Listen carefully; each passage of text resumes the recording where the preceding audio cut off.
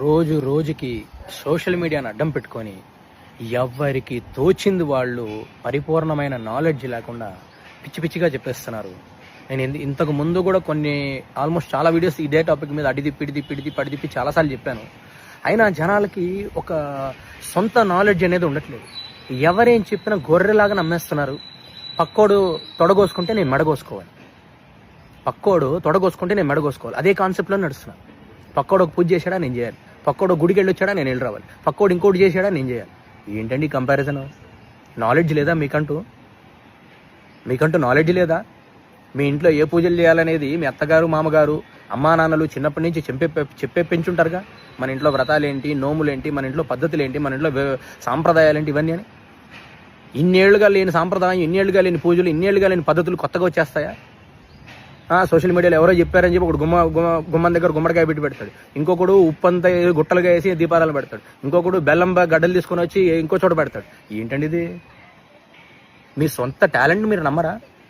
అంటే మీకు over నైట్గా star అయిపోవాలా? ఏదైనా రిజల్ట్ ఓవర్ నైట్గా వచ్చేయాలా? కొంచెం విచక్షణ లేదు? విచక్షణ ఉండక్కర్లా? ఏ రిజల్ట్ ఓవర్ నైట్గా రాదు. మన కర్మ అనుభవించాలని రాసి పెట్టుంటే ఏదైనా అనుభవిస్తాం. అది అయ్యేంత వరకు మీరు ఎంత చేసినా దాంట్లోంచి ఆ కర్మ ప్రభావం తగ్గించుకోలేరు. దాన ధర్మాలు చేయండి, క్షేత్ర దర్శనాలు చేయండి, ప్యూర్ హార్టెడ్గా ఉండండి, కుళ్ళు కొత్తంతర లేకుండా ఉండండి, మోసం దగ్గర చేయకుండా ఉండండి, ధర్మబద్ధంగా సంపాదించండి. అప్పుడు మీకు ఇట్లాంటి రెమెడీస్ పూజలు ఏది అవసరం లేదు. ఓవర్ నైట్ రిజల్ట్ అవసరం లేదు. ధర్మబద్ధంగా ఉండండి, దాన ధర్మాలు చేయండి, క్షేత్ర దర్శనాలు చేయండి, తల్లిదండ్రులని, ఇంట్లో భార్యని, పిల్లల్ని నొప్పించకండి, ధర్మబద్ధంగా ధనార్జన చేయండి, డబ్బు సంపాదించండి, దాన ధర్మాలు చేయండి, క్షేత్ర దర్శనాలు చేయండి. ఎందుకు నేను చెప్తున్నానంటే ఈరోజు ఇవన్నీ లేవు. ధర్మబద్ధంగా డబ్బు సంపాదించండి, అడ్డగోలుగా సంపాదించడం, ఆ రెమెడీస్ కోసం ఏదో పూజలు, ఏదో యాగాలు, దాన ధర్మాలు లేవు. పిచ్చిగా లక్షలు ఖర్చు పెట్టి పూజలు, పిచ్చి రెమెడీస్ అన్ని ఎవరేం చెప్తే చేసేది సోషల్ మీడియాలో ఉండనే ఉంది. Instagram, YouTube, WhatsApp. ఏంటండి? కొంచెం బుర్ర పెట్టి ఆలోచించరా? మీకంటూ తెలివితేటలు లేదా? మెచ్యూరిటీ మైండ్ సెట్ లేదా? ఎలా ఆలోచిస్తున్నారు? ఏం చేస్తున్నారు?